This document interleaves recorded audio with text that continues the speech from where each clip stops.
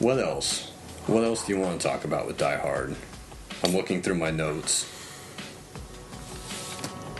Who's the character who throws himself under the bus?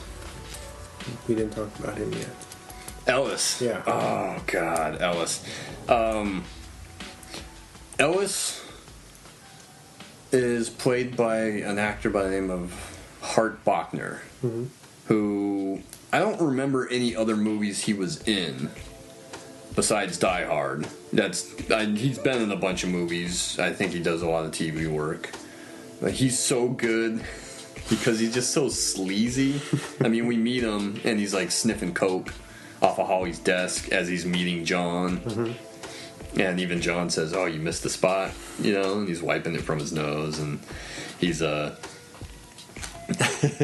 he's laughing. And we talked about like the watch thing where he's almost trying to show up John by saying, "Oh, like show John the watch," and it's a Rolex and everything, and it's them getting rid of the Rolex at the end of the movie that saves both of their lives. But he's so good, he's so sleazy. He directed two. One of them I think is classic, underrated, great comedies from the 90s. High School High and PCU, which is so good. And I think I don't know if that probably bombed at the box office, but that is such a funny movie.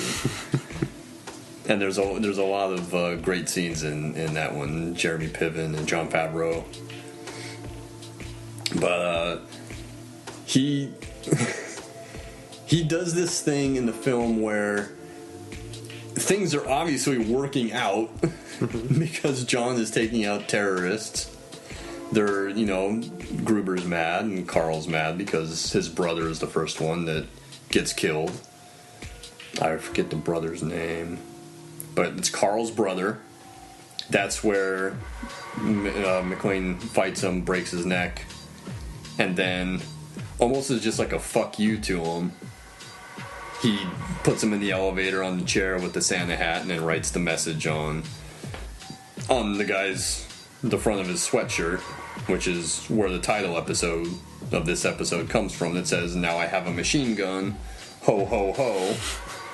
And when Rickman reads it, that's one of my favorite line readings ever, because just the way that he punctuates every single ho ho ho.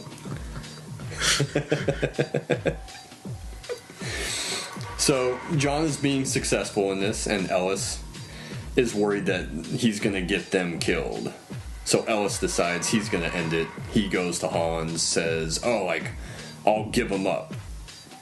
I know who he is. I can tell you all about him. I'll pretend to be his best friend or whatever." And John sees right through it. Doesn't want him to do that. Even tries to say, don't do this. Even tries to talk Hans out of it because he knows what Hans will do. And Ellis is too dumb to figure that out. And it gets him killed. It gets Ellis killed.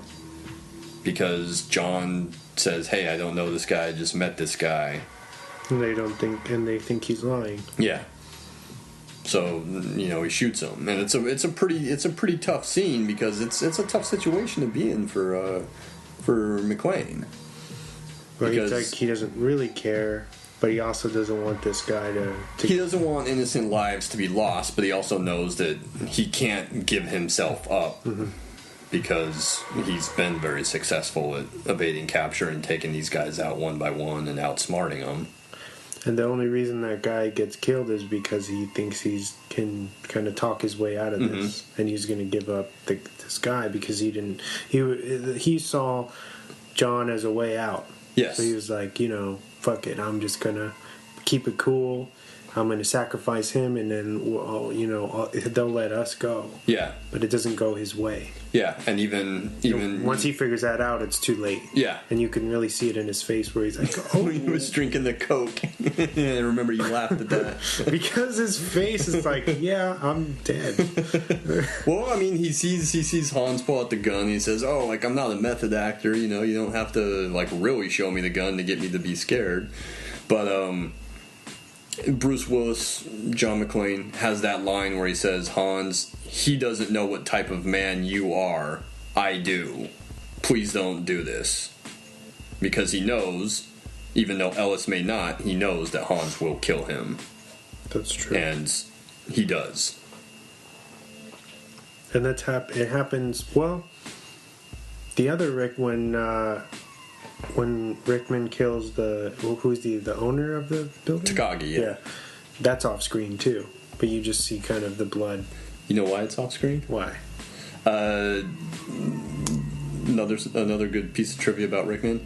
Every time he had to fire the gun, he would flinch. Mm-hmm. Because it was loud and everything, he would flinch. So that's why they always cut every time he fires. Oh, so that's why all his kills are like that. Oh, yeah. Okay. Because he would always flinch because of the loud bang that it would make. Pull back or whatever. Mm-hmm. Yeah, he kills Takagi, which is a pretty brutal kill because you see all the blood and the brains splatter on the glass doors. Yeah, I'd forgotten about that.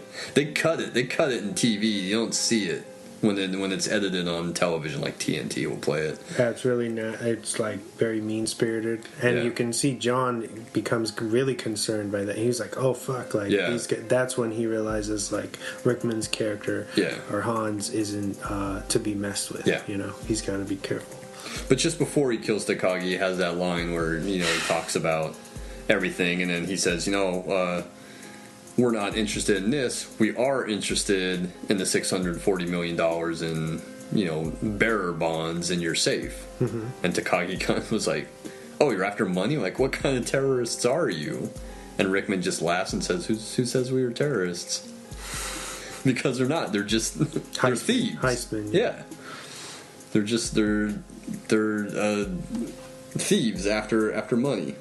It's kind of cool because when the movie starts, they kind of how do you say kind of mislead you into thinking that they're these terrorists. Yeah, and they kind of are just these normal guys that are going after this big, But that plays to their favor because later on, they start claiming, oh, we want justice for these people. We want these people released. Mm-hmm. So they start playing the terrorist card just to keep law enforcement busy and occupied so that they can continue to try to work the vault. Yeah, multiple layers here. Yeah. Make it. I think that's why it's aged so well. Because it's a good period piece, but then I think it still is very relevant. Oh, yeah, Yeah, but it's funny when he's naming all the guys that he wants freed, and he just mentions some random group named Asian Dawn, and even Carl's like, Asian Dawn? He's like, oh yeah, I read about them in Time magazine. He's just throwing out a bunch of bullshit to occupy them. And I mentioned it when we were watching it, that the guy who plays Carl, that you said he looked like Christopher Lambert from Highlander. Mm-hmm. The guy that plays Carl is Alexander Godunov, who was a Russian ballet dancer. That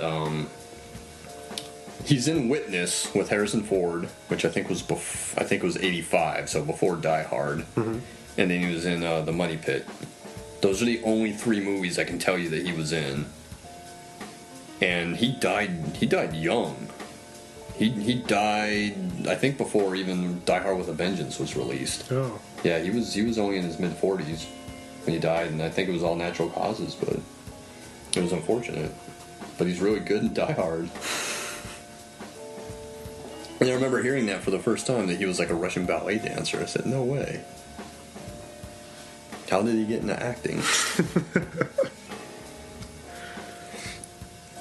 So... It's got a good... There's a lot of good supporting characters in the film, and a lot of good character actors that play, the terrorists, or we talked about Paul Gleason as Deputy Chief Robinson, and the FBI agents. It's got a good supporting cast, and even Bonnie Bedelia, who plays Holly, is really good in the film, even though she is basically the damsel in distress throughout the film, but her scenes are really good, especially when she goes in there and negotiates for the couch for the pregnant woman. Mm-hmm. And they don't bring her to the office like she asked, but Han says, no, I'll have a couch brought up to you. And she says, well, you better start taking us to the bathroom. And he kind of has that look like, yeah, okay. Okay, you're right. That's practical. You're right. But we should mention that her name is Holly McClane, but in the building she uses Holly Gennaro, and that's how when Rickman asks her what her name is, that's how she introduces herself, as Holly Gennaro, and that probably saved her life up until the point when he actually found out that she was McClane's wife. Mm-hmm. He realized that was her kids on the TV, and the picture that she puts down in the beginning of the movie. Because that fucking reporter forced his way in. Yeah. Because he threatens to call he threatens to call INS on the maid and the housekeeper. And so she lets him in after refusing, and so that tips off Hans. Yeah. And then he picks up the picture and sees the picture of John and Holly and the kids, and realizes that's his wife. So now he has an important hostage, which leads to the end of the movie. Excuse me.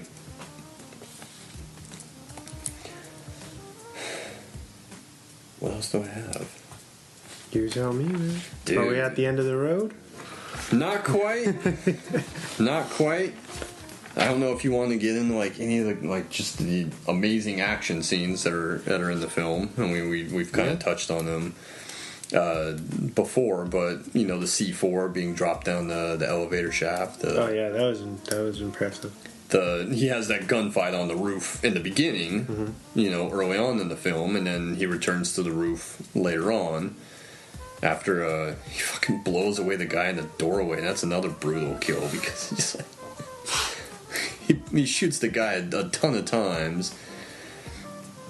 And then there's that action scene on the roof, and then it turns into the FBI agent shooting at him, thinking he's one of the terrorists, and he jumps off, which is probably one of the most famous scenes in Die Hard, with him jumping off the roof with the fire hose tied around his waist. That's fucking sketchy, dude. Watching that, I would have been literally shitting my pants. They shot that on the first day, and Bruce Willis was like, "What?" And they're like, "Oh, well, if you got hurt, you'd be easy to replace because we wouldn't have to reshoot the entire movie."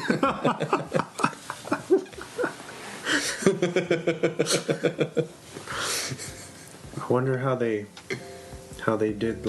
matched his dirtiness doing that first. Just you have a good costume department, has multiple versions of the t-shirt, and just try to keep it consistent. Yeah, you have a continuity person on set. But there's that scene.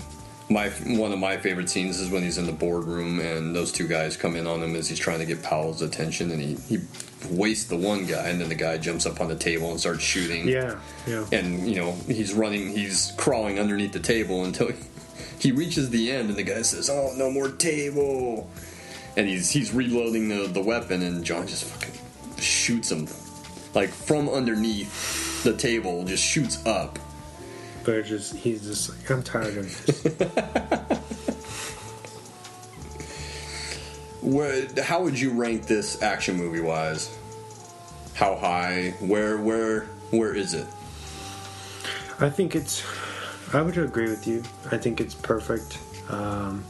It's the kind of at the right place at the right time. Mm-hmm. Like you said, it's very influential, and it's been copied numerous times. It'll continue to be used as a kind of staple formula. All the actors, the character actors, the music, the set pieces. There's very little to critique. It's written really well. Everything kind of comes to